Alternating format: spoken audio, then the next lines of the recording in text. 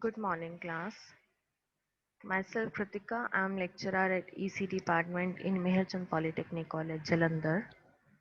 Before starting my lecture, I would like to give you some of the instructions regarding awareness of this COVID-19 disease.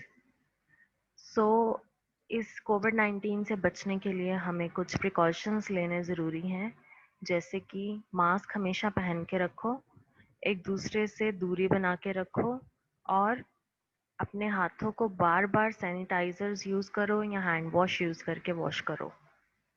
अगर हम ये precautions रखते हैं तो हम अपनी फैमिली को और अपने आप को दिस कोविड-19 से सेव कर सकते हैं। सो आई होप आप सब अपने-अपने घरों में सेफ हो और हेल्दी हो। सो हमारा आज का लेक्चर है PMMC instrument under the subject name of electronics instruments and measurement. PMMC instruments जो हैं सॉरी, इसकी फुल फॉर्म है परमानेंट मैग्नेट मूविंग कॉइल। सबसे पहले मैं आपको इसकी थोड़ी सी कंस्ट्रक्शन बता देती हूँ। ये जो साउथ पोल मैग्नेट है और इस साइड हमारा नॉर्थ पोल मैग्नेट है और ये दोनों परमानेंट मैग्नेट्स हैं। दोनों परमानेंट मैग्नेट के इन बिटवीन हमने एक आयरन पीस या एल्युमिनियम पीस जो है वो रखा हुआ है और उसके ऊपर हमने कॉइल के टर्न्स दिए हुए हैं। ये कॉइल कॉपर कॉइल जो आप देख रहे हो, ये हमारी दिस एल्युमिनियम फॉर्मर के ऊपर है और ये कॉइल मूविंग कॉइल है, ये अपनी पोजीशन से मूव कर सकती है। दिस इज स्प्रिंग और स्प्रिंग की हेल्प से हमने यहाँ पे पॉइंटर अटैच किया हुआ है जो कि एक स्केल के साथ अटैच है। सो बेसिकली हमने ये कॉपर कॉइल को सस्पेंड किया हुआ है इन परमानेंट मैग्नेट के बीच में, ये कॉपर कॉइल को लटकाया हुआ है और पॉइंटर अटैच किया हुआ है साथ में नॉन मैग्नेटिक कॉइल के ऊपर। ये नॉन मैग्नेटिक कॉइल है, इसके ऊपर हमने पॉइंटर अटैच किया हुआ है और जो स्केल हम यूज कर रहे हैं इसमें वो लीनियर स्केल है। आप देख सकते हो नंबर ऑफ डिविजन्स इक्वल हैं हर एक में, इस साइड भी और इस साइड भी, तो कैलिब्रेटेड स्केल है ये जो कि लीनियर स्केल है। अब पीएमएमसी का जो प्रिंसिपल है, मेन प्रिंसिपल है पीएमएमसी का लेफ्ट हैंड रूल। आप सबने लेफ्ट हैंड रूल के बारे में सुना होगा।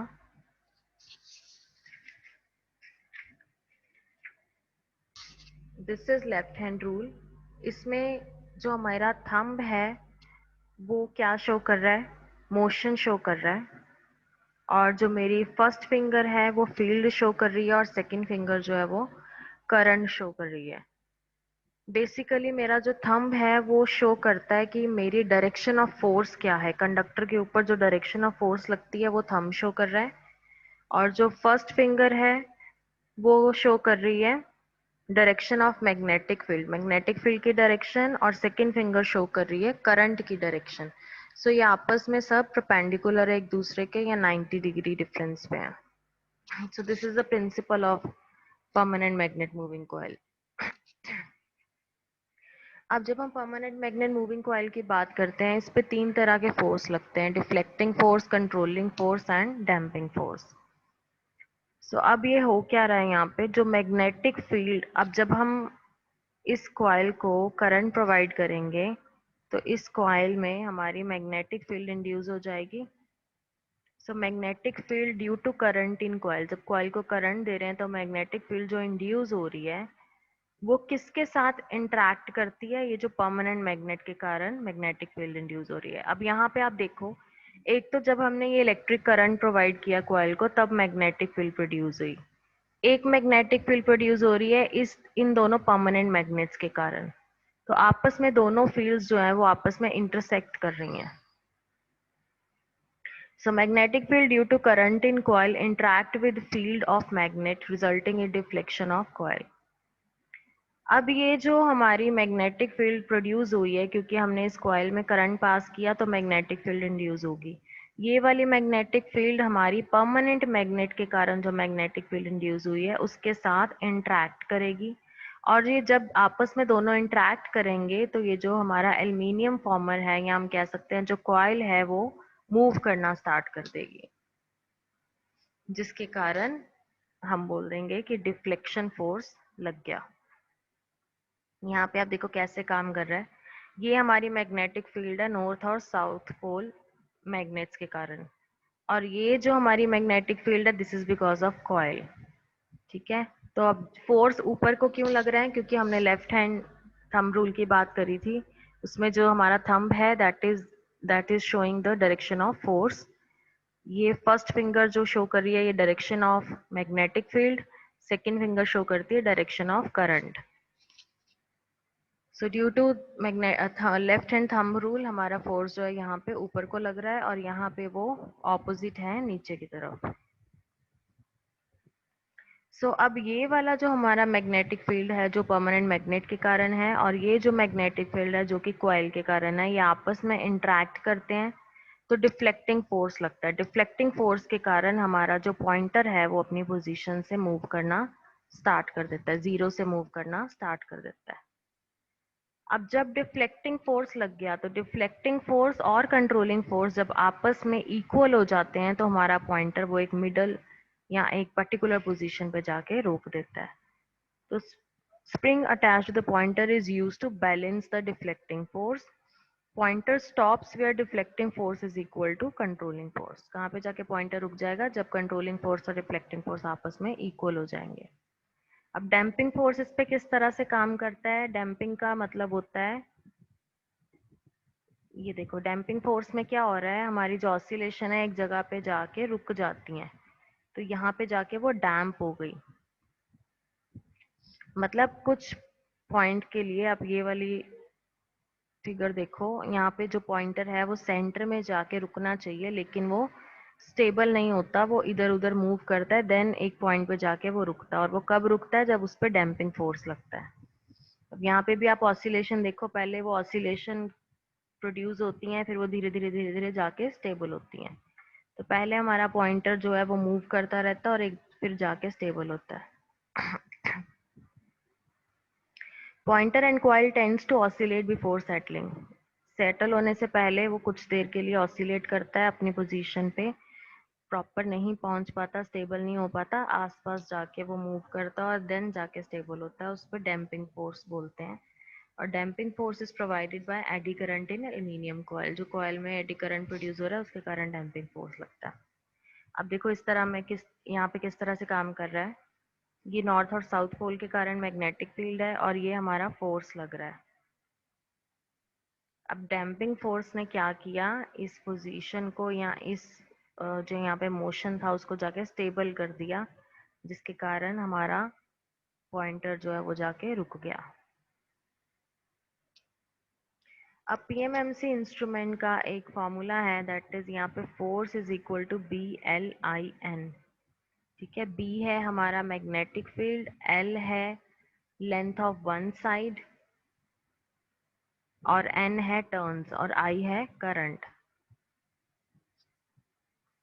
सो टोटल फोर्स जो हमारा है that is F is directly proportional to BLIN। हम बोल देते हैं बी एल और एन जो है वो कांस्टेंट है। जब बी एल और एन कांस्टेंट होंगे तो I would be equal to F. F क्या है, फोर्स है जो कि डिफ्लेक्टिंग टॉर्क है। So deflecting torque, controlling torque और डैम्पिंग टॉर्क का जो फॉर्मूलाज हमने पहले किए हैं सेम वही फॉर्मूलाज हम दोबारा करेंगे। बुक में आप देखना वो सेम फॉर्मूलाज हैं। Theta is directly proportional to I and TD is directly proportional to I will be the resultant.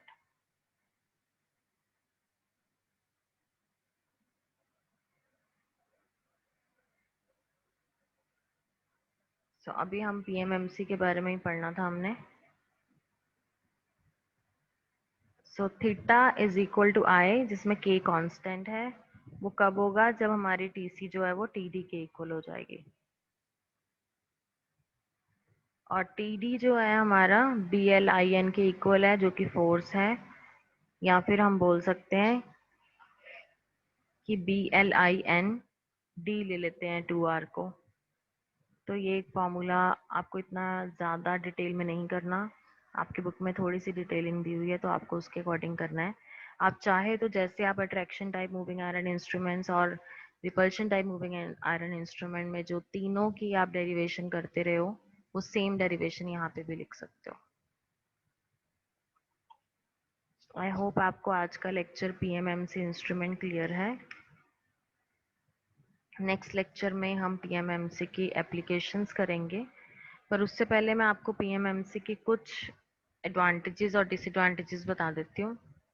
सबसे पहला एडवांटेज है पीएमएमसी का कि ये लेस पावर कंज्यूम करता है। देन पीएमएमसी जो है ये एमीटर और वोल्ट मीटर को एज एमीटर और वोल्ट मीटर यूज होता है। इसमें हिस्टैरिसीस लॉसेस जो हैं वो कम है। ऑपरेटिंग करंट पीएमएमसी में स्मॉल होता है। और इसके कुछ डिसएडवांटेजेस हैं कि पीएमएमसी जो है वो डायरेक्ट करंट मेजर कर सकता है सिर्फ, यानी कि डीसी करंट मेजर कर सकता है, एसी नहीं। और परमानेंट मैग्नेट जैसे जैसे एज परमानेंट मैग्नेट की ज़्यादा होती है वैसे वैसे परमानेंट मैग्नेट के कारण या स्प्रिंग्स के कारण एरर इंट्रोड्यूस हो सकता है। और मूविंग आयरन इंस्ट्रूमेंट्स के कंपैरेटिवली मूविंग कॉइल यानी पीएमएमसी इंस्ट्रूमेंट्स थोड़े से कॉस्टली हैं। So these are the disadvantages. अब एप्लीकेशंस हैं इसकी कि ये डीसी एमीटर और डीसी वोल्ट मीटर की तरह यूज़ होता है, और इसके जो एप्लीकेशंस हैं वो हम डिटेल में नेक्स्ट लेक्चर में पढ़ेंगे। अभी के लिए पीएमएमसी की वर्किंग क्या है और उसका प्रिंसिपल क्या है ये आपको क्लियर होना चाहिए। Thank you so much for watching this video students.